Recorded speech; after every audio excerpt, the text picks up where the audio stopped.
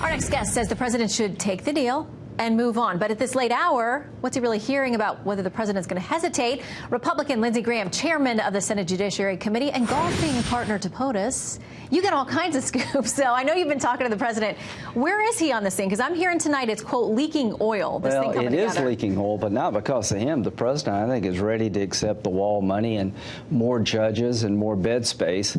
But what we're arguing about now at this late hour is whether or not we're going to pay back pay to contractors. We've never done this before. We've had a bunch of government shutdowns, but never have the Democrats insisted that we pay contractors back pay. I think that's a bad precedent to set. So they're throwing that in right here at the right before midnight, and they're also we're arguing about the Violence Against Women Act, which runs out Friday, and we're just saying, okay, let's keep talking about it. Let's authorize it as it is until September, and work out our policy differences. Let's don't stop this from reaching a deal on funding the government. So your concern is not that the president won't sign the deal as we understand it right now. I'm more worried about Democrats than him.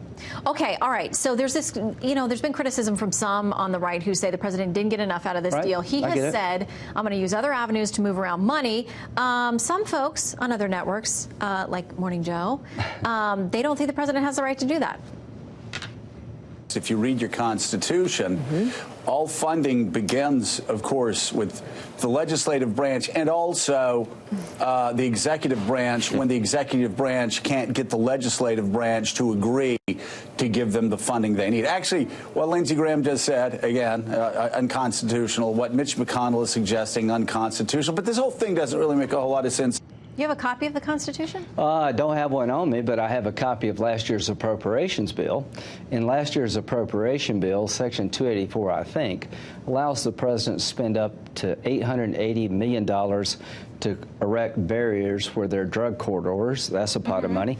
The bill also allows to move $4 billion around in the defense budget at the discretion of the president and the secretary.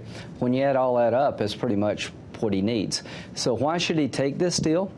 The 1.375 can be used to build barriers. Nancy Pelosi said not a dollar for barriers or a wall. He's going to get almost 1.375. Yeah, he's going to get a lot more than a dollar. He's going to get money for more judges. Nobody talks about that. There is no limit on bed space like I was worried about. So take this as a down payment, go into the defense bill and move money around like Congress allowed you to do last year and build this damn wall. $5.7 billion is what he wants. The difference between 1.375, find on your own, declare a national emergency because it is, and move the money around and secure this border. All right, here's what Rush Limbaugh says on this idea of the national emergency, which a lot of Republicans, have said they're not down with it. Here's Rush. If they have to declare a national emergency and go through the courts and have the Democrats go through the motions of trying to stop it, then all the better. Let the Democrats demonstrate as often, as loudly as they can. They do not want border security. They're going to go file in the Ninth Circuit. They're going to find a friendly judge in the Ninth Circuit. So from a Republican point of view, Rush is right. I don't always agree with Rush Limbaugh, but he couldn't be more right here. One, there's some money you can get without being sued, but the president should declare a national emergency because it is, and let the Democrats argue that it's not.